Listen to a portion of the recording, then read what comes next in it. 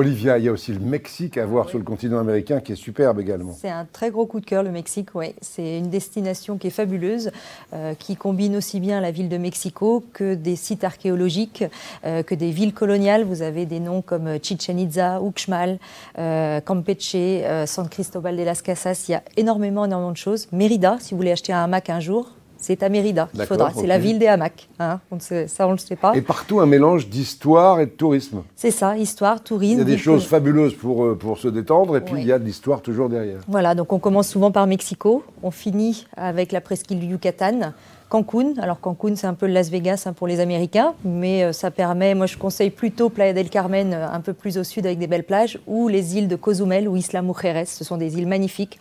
On peut faire un peu de plongée. Et puis il y a également des cénotes, c'est leur puits sacré là-bas. C'est des trous d'eau? Ce sont des trous d'eau, tout à fait. On peut s'y baigner. Moi j'ai eu la chance de m'y baigner. C'est très, voilà, l'eau est très très claire, mais je pense qu'il y a quelqu'un d'autre qui a encore une expérience. Il y a plein de légendes autour de ça. Hein? Oui, tout à fait, c'est très important dans la culture maya. D'ailleurs, on n'en a pas parlé là, mais c'est aussi l'occasion de découvrir que la culture maya est vivante, la langue maya, il y a vraiment beaucoup de choses liées à ce peuple.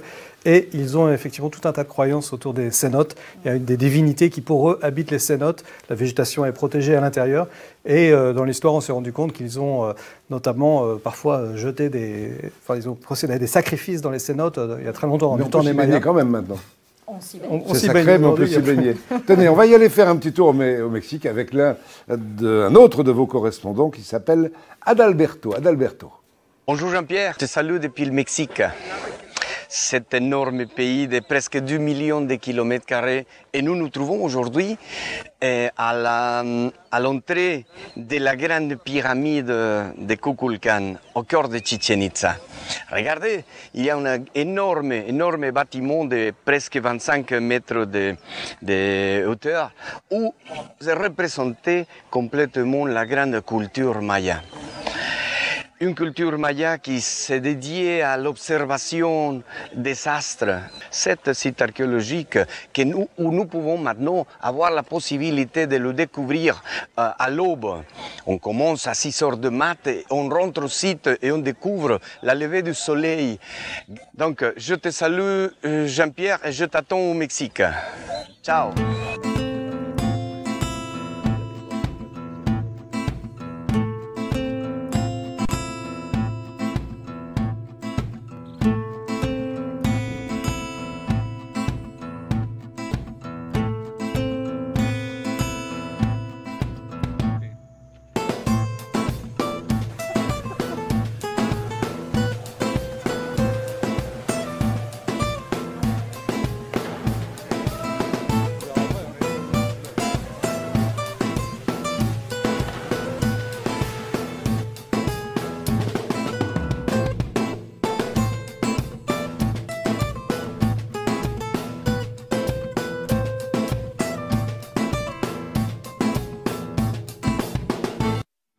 Voilà, quelques images du Mexique, de ces fameuses cénotes qu'on évoquait tout à l'heure, où les gens plongent allègrement, même si c'est sacré.